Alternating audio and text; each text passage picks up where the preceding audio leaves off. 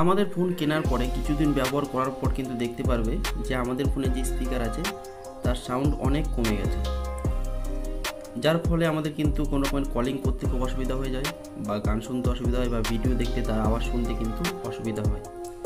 কিন্তু আজকের ভিডিওতে আমি শেখাতে চলেছি কীভাবে আমরা আমাদের ফোনের স্পিকারের আওয়াজ কমে গেলে সেটাকে ইনক্রিজ করতে পারবো এবং আগের মতো স্পিকারের যে আওয়াজ ছিল সেরকম বানাতে পারবো। তার জন্য কি করতে হবে না, এই ভিডিওটাকে অবশ্যই শেষ পর্যন্ত দেখতে হবে। তো চলো বন্ধুরা, ভিডিওটা শুরু করা যাক। সবার প্রথমে আমাদেরকে গুগল প্লে স্টোরকে এখানে ওপেন করতে হবে। ওপেন করার পর সার্চ করতে হবে ভলিউম বুস্টার বলে। সার্চ করলে দেখো 2 নম্বরের যে অ্যাপ্লিকেশানটা দেখতে পাচ্ছ ভলিউম বুস্টার, তো রেড কালারের যে অ্যাপ্লিকেশানটা দেখতে পাচ্ছ সেটাকে ইনস্টল করে নেবে। তো দেখো আমি এখানে ইনস্টল করে নিয়েছি। ইনস্টল করা হয়ে গেলে কি করবে না, এই অ্যাপ্লিকেশানটাকে ওপেন করতে হবে। তো ওপেন করে দিয়েছি।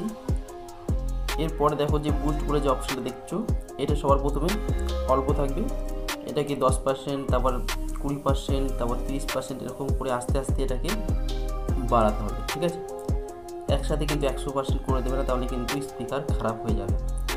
এটাকে প্রথমে 10% করবে, তারপর কিছুক্ষণ ওয়েট করবে, ওয়েট করার পর 20% করবে, তারপর কিছুক্ষণ ওয়েট করার পর 30% করবে। তো এরকম কিছুক্ষণ পর পর এটাকে বাড়িয়ে দেবে, তাহলে কিন্তু তোমার স্পিকারটা ঠিক থাকবে এবং যে স্পিকারের যে আওয়াজ কম হচ্ছিল সেটা কিন্তু অনেক বেশি ইনক্রিজ হয়ে যাবে।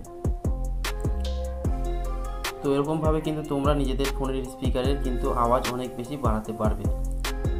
তো আশা করছি বন্ধুরা ভিডিওটা সব কাজে লাগবে। সবাই খুব ভালো থেকো, ধন্যবাদ।